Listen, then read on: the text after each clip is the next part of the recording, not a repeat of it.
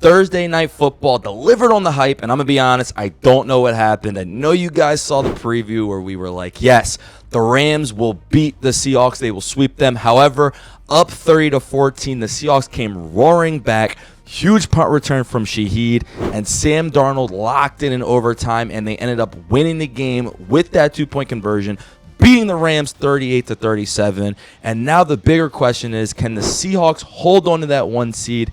And did the Rams ruin a huge opportunity? For our first play breakdown, scoring situation, the Rams are up at this point 13-7. There's 12 minutes and 57 seconds left in the third quarter, and this comes in on a 1st and 10. Fun fact, in this game, Kenneth Walker had both his largest catch of the year, which happened earlier in the game to help them score a touchdown, and his largest run of the game, which you're going to see right now. So one thing I didn't mention is the Seahawks have been running the ball all game. I think Darnold at this point had 6 runs. You're going to see it 2 tight ends here. This guy's actually going to motion over this way. And you have Kitchens down here. This is a safety, and he's actually going to move with the motion trying to identify. And that's really important because what you're going to see, that draw, boom, that motion, that leads now Kitchens to where he's now one-on-one in the hole. Now what you want to see, this center, great job coming here and then bouncing off, kicking out, and that's going to give Kenneth the opportunity to hear this, and he's actually going to cut it back all the way. So that's just a crazy play. You see that block, and then Kenneth cut it back, and now it's a foot race, and this is where this is why fantasy owners want Kenneth Walker to play more. Maybe Seattle fans do too, but Kenneth Walker's had injury issues, so you don't want to do that. But that is a huge run, a gigantic play. The Seahawks take the lead, and you can't help but be amazed at what Kenneth just did. I mean, look at this, man. He's just out. And, I mean, that was just highly, highly impressive stuff right there from the Seahawks and Kenneth Walker.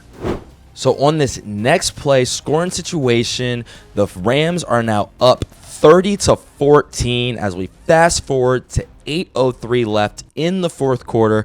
However, the Rams offense is going to have their second 3-and-out, and on 4th and 6, they are about to punt the ball. Fun fact, Rashid Shaheed up to this point had 2 kick return and punt return touchdowns with the Saints over 4 years. He's been on Seattle for 7 games since that trade, and in that time he has had a kick return touchdown and a punt return touchdown, equaling what he did in his entire 4 years with New Orleans. So here we go. This play is just going to start off obviously with a punt. Nothing crazy here. We've seen tons of these, but this is when it gets interesting.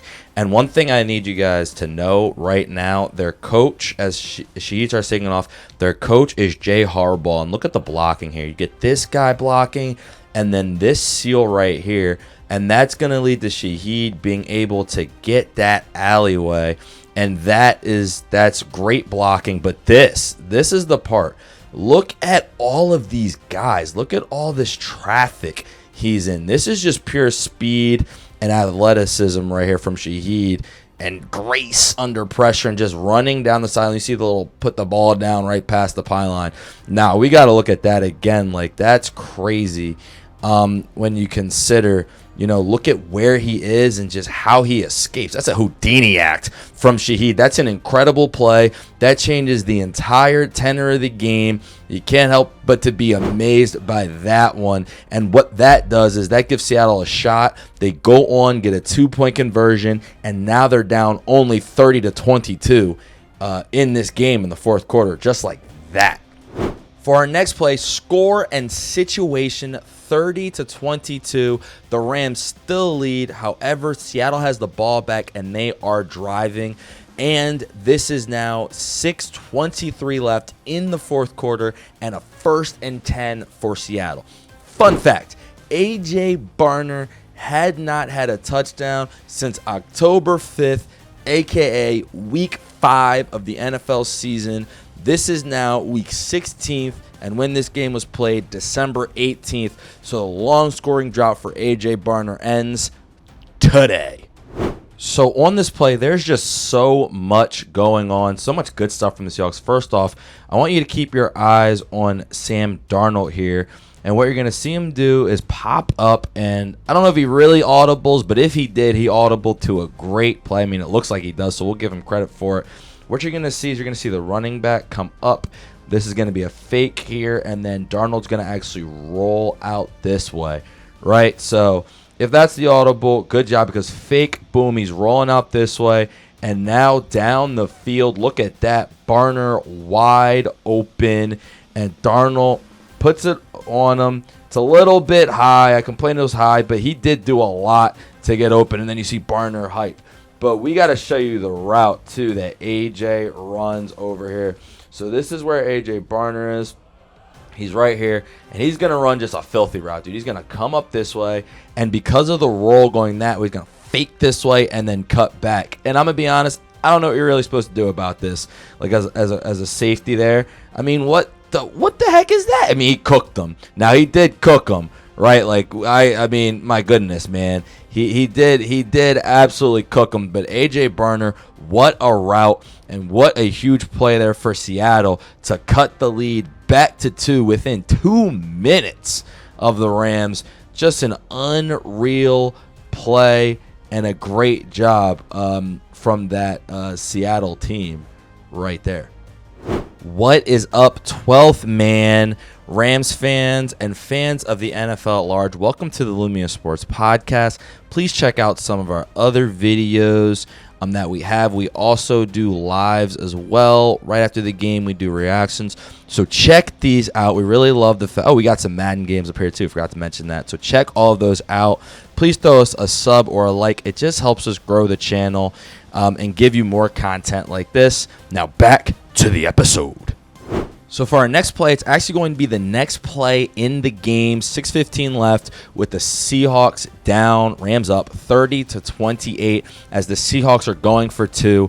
And fun fact, I just don't think that this has ever happened in the history of football. Could be wrong, but not quite like this to tie the game. I'm just going to go with my guts on that one.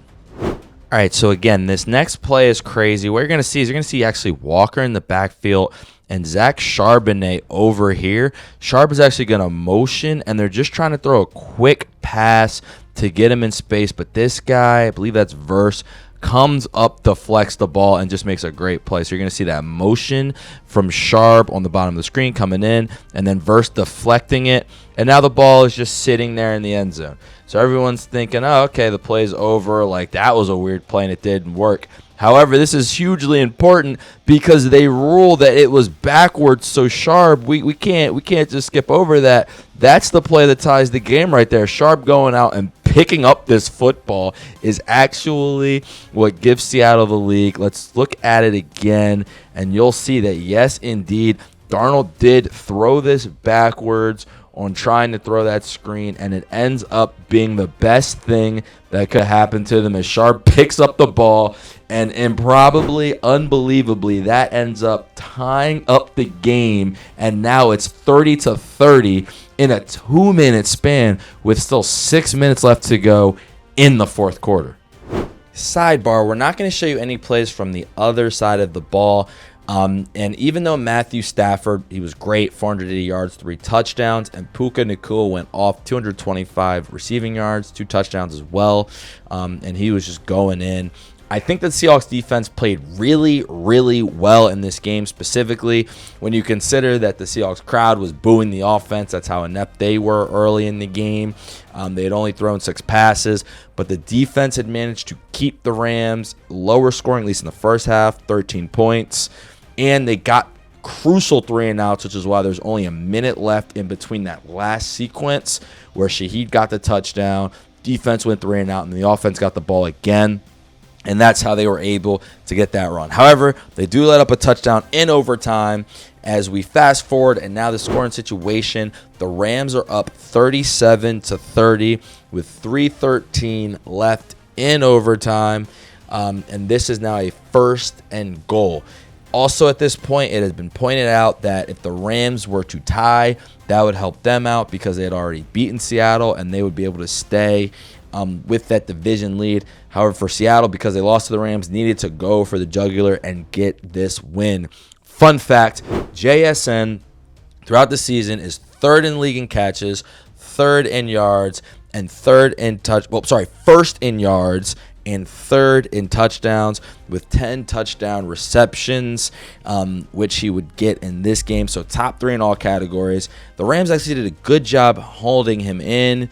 He had under 100 yards, which means isn't terrible. And this touchdown you're going to see. However, and in the first half, I think he only had like 1 target and no catches. But as the game opened up, JSN started getting going, and he does this to the Rams. So what you're going to see on this play is what the Seahawks do a lot of. They're going to actually motion Shaheed over here right after the snap. So it looks like they're running this bunch here. They motion Shaheed. That moves really the whole defense. You see all these guys kind of flow over there. But what that does is now, as they identify it, they got some motion, they got movement, the game's been going. They're not staying as balanced and double teaming JSN. I mean, this route he runs here, I mean, there's no chance, right? This is to go up, try to tie. I mean, look at that. JSN just cooked him. He actually had no chance to guard that. That's just a perfect route. Like, you can't get mad at the corner. That's just like, what are you supposed to do about that? Boom, cuts it, runs it in. That's why, I mean, Puka made a strong case last game, but that's why throughout the season, I think JSN has been the best receiver. They didn't let him get bombs, didn't matter, and that was just an incredible play to get open, make his impact known, and put them down 1 toward the end of this one. So we're just going to go right to it. Next play, game on the line, and the Seahawks trying to win this one. And quick fun fact, I don't think any team has ever gotten 3 2-point conversions. I mean, it's probably happened, but I don't know. But on this one, you're going to see a motion coming here. And obviously the Rams, they all think that it's again coming down here. But this is just a great play call. Clint Kubiak, the Seattle Seahawks coach, is just a mastermind here, because this is the guy no one's paying attention to. He's just going to run this. And, I mean, I don't think 2-point conversions get any easier. He's actually going to fake block. He's just wide open. Easy play, huge play. You see the celebration taking off right there, and I just want to show that to you guys again. I mean, he doesn't do much, but he just knows where he's got to go. That's just a great play call because he gets lost in that shuffle. And for the Seahawks, man, what a win as they secure the 1 seed for now, and they have a great chance to go out and secure home field as they have their destiny completely in their hands. So I know we've talked about it a bunch, but here are the standings. The Seahawks right now sit atop the NFC at number 1, and not only that, but no one has as many wins as them, so they would have to lose before you get into that situation. Here are the Rams down at number 5. Now what's interesting is they do have the same amount of division wins. They are both 3-2 in the division. So what the Rams are hoping for is that Seattle loses a game, which we're going to show you coming up against the 49ers. However, for the Seahawks, man, they sit right where you want to sit, unchallenged as the number 1 seed. And if they just go out and handle their business, they will have home field advantage. Whereas the Rams, you don't want to be the 5 seed after the season that they've had. I don't think that they would have huge problems on the road, but they would be on the road for the whole playoffs. And that would just be a tough method to go to the Super Bowl and try to win it for LA. So now here we go, looking at Seattle's schedule. First off, I mean, they've won 5 straight games. That's always impressive. But I think just as big now, you got to look at these last 2 games versus the Panthers and the 49ers. We saw we know that they're weird, but the Panthers at home definitely proven to go out and beat teams. And then San Francisco on the road as well. 2 huge games. They got to win both to secure the 1 seed. What they really can't do is they can't lose this 49ers game, ironically, because that would assure that the Rams then are able to leap them and that they wouldn't have home field advantage. I'm not sure what the Panthers win or loss would do, but that is the biggest thing. win both these games, and you have the number 1 seed and a bye week for the playoffs, which is huge in determining teams that make deep runs and could go on to win Super Bowls. And when you look at the Rams, a really crushing loss, mainly because you get the Falcons and the Cardinals next. Those look like super duper easy games for this Rams team, but that loss hurts them because now they're the 5 seed. They no longer control their own destiny in getting the number 1 seed, and they would need some help from the 49ers. So for the Rams, their schedule is easy, but for them to get that home field, they now need Seattle to lose, because I don't see them losing either one of these 2 games. They better not anyway. But for them, they had Super Bowl aspirations. I think they were my team who recently I've said are going to go get the Super Bowl. And I think a couple other people in the media have agreed with me. They just have good offense, good defense, you'd think. But with all these collapses and now you lose the 1 seed, it's going to be tough if they can't go back and get home field. Thank you guys so much for watching. I hope you enjoyed. Please watch some of the other videos on the site.